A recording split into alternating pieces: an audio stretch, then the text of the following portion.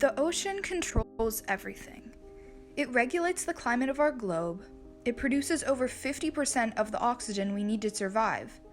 So what do we do for our oceans? In our marine environments, there are currently an estimated 150 million metric tons of plastic.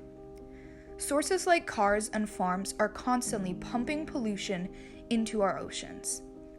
Chemicals from fertilizers create algal blooms, and those harm animals and humans. Unsustainable fishing management is bringing our fisheries closer and closer to collapse. It may seem like those are pretty big problems and that we can't do anything, but we can. Everyone has the ability to make change on a personal level and on our country's environmental policy. And it's not nearly as hard as you think. When it comes to lifestyle, there are a lot of subtle things we can do. Just be aware and be conscious of our purchasing and the products that we're using every day. So, the 3 R's have been revised, and the first is now refuse. And so just really taking a hard look and thinking about every dollar that you spend. Do I need this? How is it going to, and the whole life cycle of every product in our lives.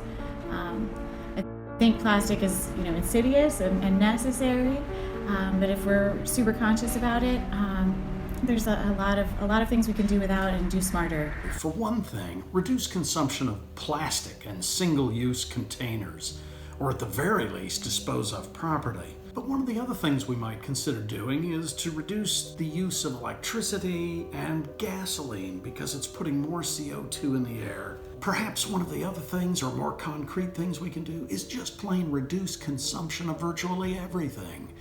We sometimes think or don't think nearly enough about the volume of stuff that we consume on a day-to-day basis. However, many solutions just simply can't be met through lifestyle changes alone. For example, we could all always buy carbon offsets for our air travel, but the real viable solution, putting a price on carbon, can only be achieved through policy. The good news is that we live in a democracy, and your voice matters and has the ability to make a big difference. The marches are fun and the rallies are fun, and they do send a good message to our political leaders, but actively being engaged in local organizations and working on local ordinances and helping to elect candidates that are going to affect meaningful change are probably the biggest way you can have an impact in the world around you. The change really is probably going to come from the bottom up, I think, today. So supporting those candidates and supporting those organizations that are representing your beliefs and where you want to see the world going is probably the most important thing you can do. In conclusion, we all have the ability to incite change, whether that be individual actions such as using less water and electricity, biking instead of driving, or reducing use of disposable plastics. It could also be political involvement, voting for candidates that reflect your values, and getting involved locally. All courses of action are important, but the most impactful is a combination.